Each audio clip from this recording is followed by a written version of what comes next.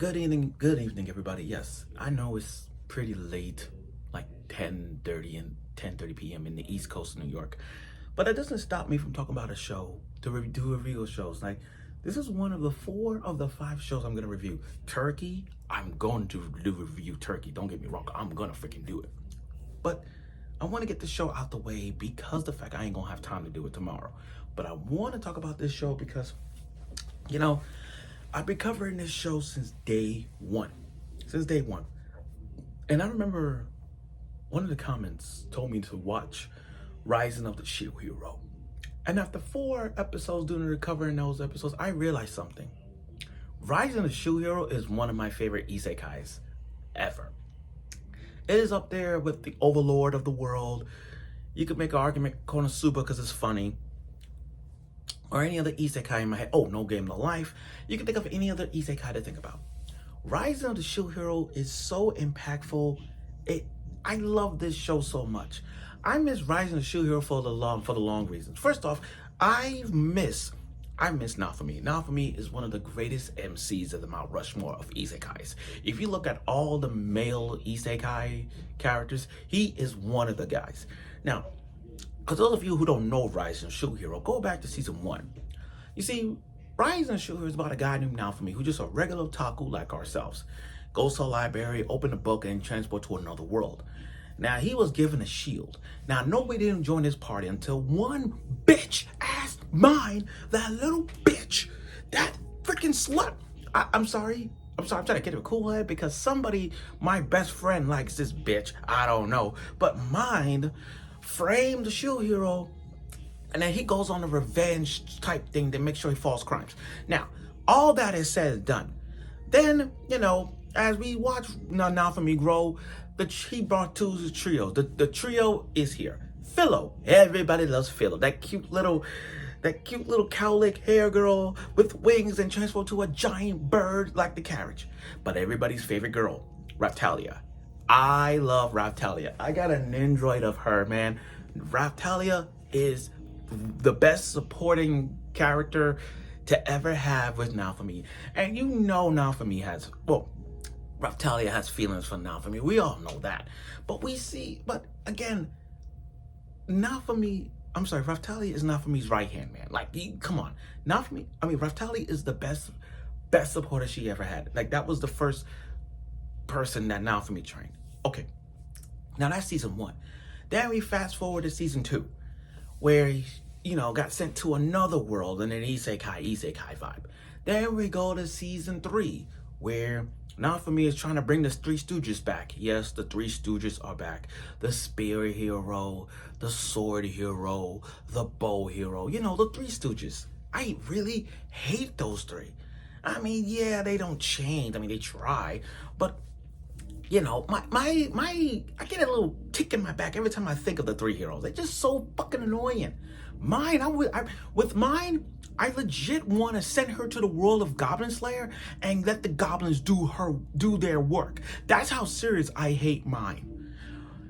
The 3 heroes, it's not like they're going to pass. It's just like these 3 dudes, they are the 3 Stooges. And not for me trying to get them out, trying to get the band back together, which is hard. Now we in the season 4, the 4th installment to Rising of the Shield Hero, and with a new land, new characters. What can you say? It's the Shield Hero. So without further ado, let's get right to it. The Rising of the Shield Hero season 4, episode 1 review. Okay, first off, let's talk about the opening. I'm glad. Here's the thing. I'm not surprised that they're gonna show everybody, including that ugly woman. Yes, the opening is so fire, and it showed us new characters, and it's showing us like, come on, it's Rising of the Shield Hero. We all know what we're gonna get out of it. Now Naofumi and his group are going to another land. Called Siltvelt. I can't pronounce that name. But at the same time, everyone's staying. First off, the 2 heroes, the bow and the sword, they staying because they still got their curse effects. And the spear hero is out there doing run amok, calling father-in-law and still trying to clinch on Philo. Like, it's weird to see the spear hero and Philo. And I know y'all just joking around with your fan art BS, but come on, guys, that's just weird. The spear hero and Philo, come on. But Naofumi brings Raphtalia, of course, the dolphin girl, the two little tiger twins, brother sister duo, and Philo, of course, all to another land. Oh, and with the dragon nonetheless. Oh, and by the way, I'm glad that we got to see the return of Melty. Yes, not mine. Fuck that bitch. Melty, the little sister. It's great to see, them back together. So now they go to another town.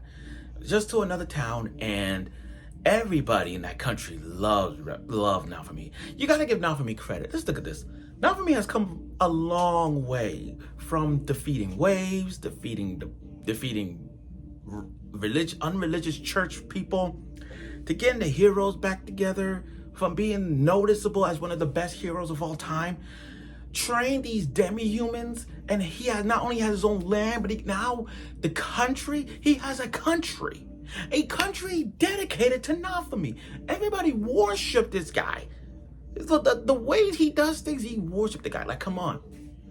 And I like the queen. The queen wanted to bring a harem to Naofumi. If you think about it, I think Naofumi has 4 girls in his harem. If you think about it, I think he has 4 harems. No, 5. Let's think about this. Raphtalia, of course, the dolphin girl, of course, and then you're gonna add. I'm not gonna add Philo. I don't think so. But Melty, the little sister, I could put that up there, and then the tigers, and then it's the tiger girl, the blind tiger girl. I think that's 4. Yeah. So yeah, we got his harem, but in case he need his harem and whatnot. But still, so he arrived in town, and everybody worshipped Naofumi. Everybody worship Naofumi. And soon these new characters, like one is like, the whole place is like Zootopia. It's like a mixed breed of Zootopia. You got like talking giraffes to like half human, half snake characters. It's like the role of demi-human Zootopia all over again. So he goes to this palace. He sits down on the throne like he's king of the castle. And I like that because the banner of it shows him he's sitting on the throne. He's sitting on the I'm using Game of Thrones reference, but still, he's sitting on the throne, man. He's sitting on the throne, but the whole purpose is to get close to know about Raphtalia, hometown or whatnot. Now, that guy with the red hair, that Phoenix guy, he's a little sus because he's like, hey, we're gonna go to a banquet. You just got here, enjoy a banquet, but they're in a rush. Now, most of the people don't understand Naofumi's group. And Naofumi is still the same Naofumi.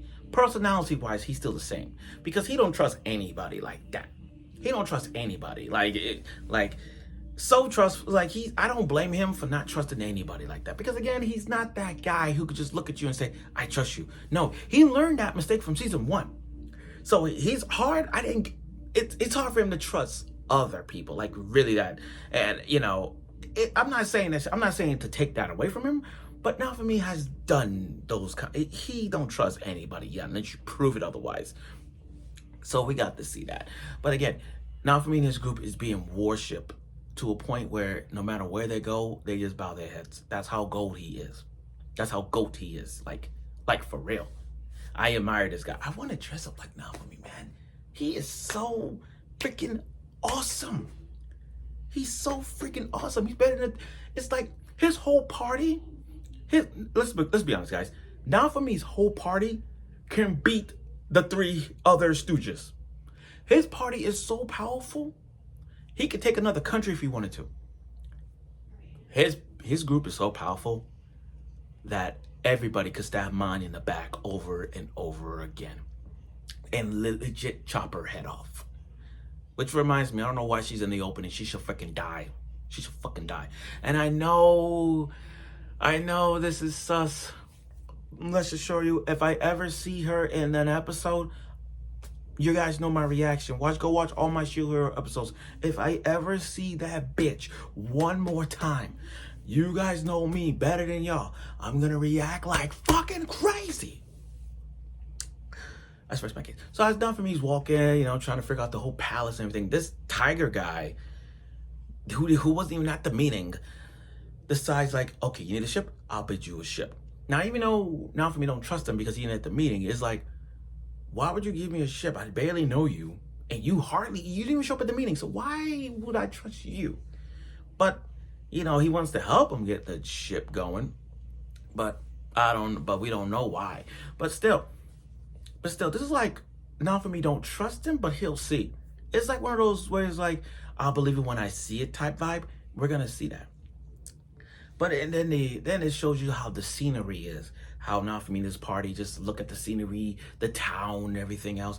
But it's gonna be a banquet. But again, I know the first episode is not action. I know this season 4 first episode, Rise of Shore, may not be like hype as it is, like you want to see some action, but this is like one of those build up, like the calm before the storm is going to happen. It's going to build up. The first episode was just like a moment of like, great to see the cast back again. It's great to see everybody's personalities again. And Naofumi is still Naofumi, but we'll wait and see where this goes, because this is the first season, season 4. We're gonna build it up to a point where it's gonna be epic. So thank you for watching my review of season 4, episode 1 of Rising Shoe Hero. I had a fantastic time talking about it. One of my favorite isekais is back, and I love to talk about it. And I look forward for next week's episode of it, and I'm sure you will.